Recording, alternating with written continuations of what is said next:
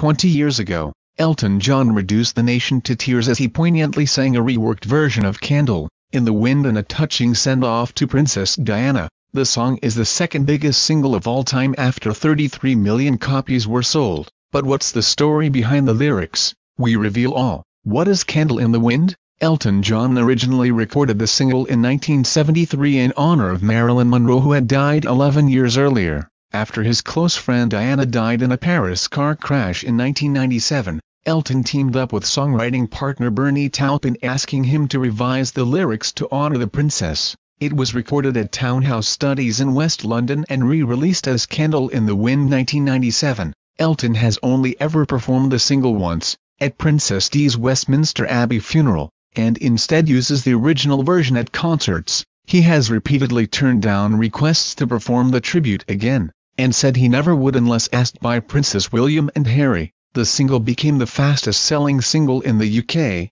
selling 658,000 copies on its first day of release, and over 1.5 million in its first week. It is widely regarded as the best-selling single in the world, but there is confusion due to a lack of information on sales for the record's main contender for the #1 spot, Bing Crosby's recording of White Christmas. How were the lyrics changed? The opening lines of the 1973 version, "Goodbye Norma Jean, though I never knew you at all," were adapted to "Goodbye England's Rose, may you ever grow in our hearts." All the lyrics were changed to reflect the princess' life after her tragic death. In the original, the lyrics reflected Marilyn Monroe's turbulent life, which was cut short when she was aged just 36, but Candle in the Wind was kept, as the title after Taupin was inspired by the phrase when he heard someone use it to describe Janis Joplin, who died of a heroin overdose in 1970. How did Elton John end up performing at the funeral? Elton was plunged into a period of shock after Diana was killed in the crash in Paris on August 31, 1997.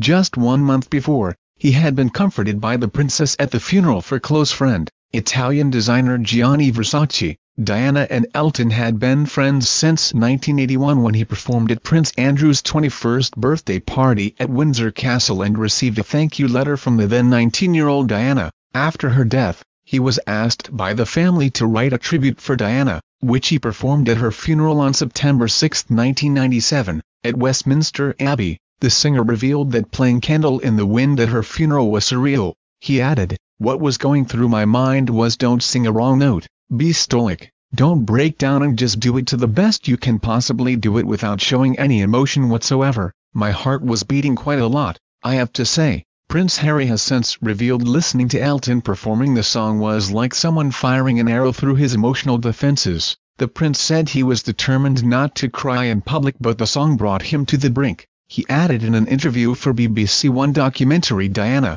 7 Days, "Elton's song was incredibly emotional and nearly brought me to the point of crying in public, which I'm glad I didn't do." Harry said that time changed him, but he still cannot cry in public. When was Princess Diana's funeral? Princess Diana was laid to rest on September 6, 1997, exactly a week after her horror car crash in Paris. As many as 2,000 people attended the ceremony in Westminster Abbey, where her coffin was brought on a gun carriage from Kensington Palace. Although it was not an official state funeral, a full deployment of royal pageantry characterized the somber ceremony, as the coffin made the 1 hour 47 minutes journey from Kensington Palace to Westminster Abbey. Distraught young Princes William and Harry walked behind along with Prince Charles, Prince Philip and Diana's brother Earl Charles Spencer. The streets were lined with more than 1 million people, many of whom lay flowers along the procession route which passed Buckingham Palace, where the Queen was seen bowing her head.